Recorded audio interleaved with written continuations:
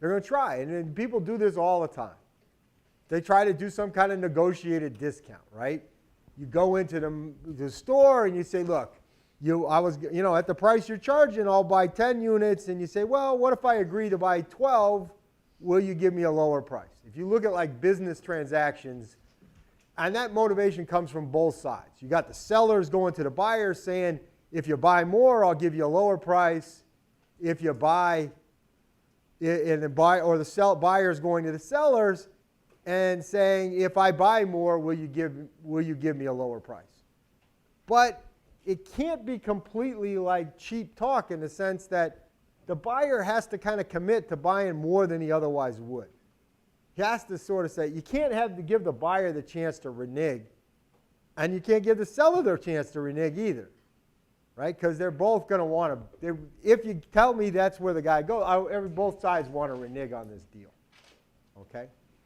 So you might think about a negotiated discount, okay? And I think what's going on, one thing you could think about in a credit card case, you can think about the credit card companies are kind of grabbing this negotiated discount for their card holders. They're out there saying, look, I'll bring you these card holders. If you accept my card, you'll get some extra customers. That'll give you more quantity than you otherwise would have.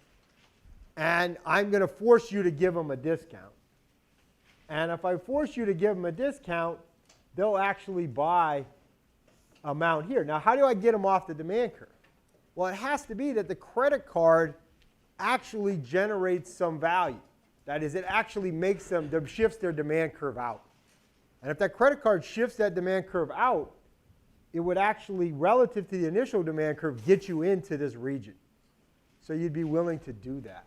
That's kind of the way I think about the credit card transaction.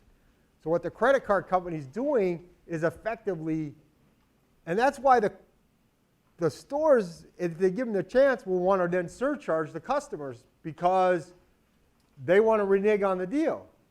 That's basically the idea.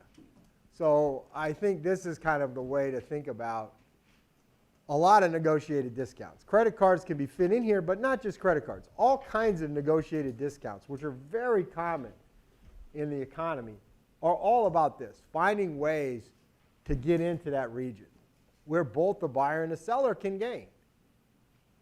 Okay? People see? Yeah.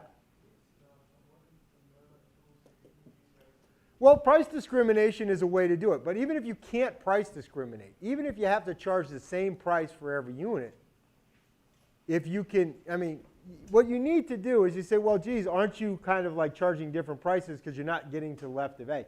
But there are all kinds of ways that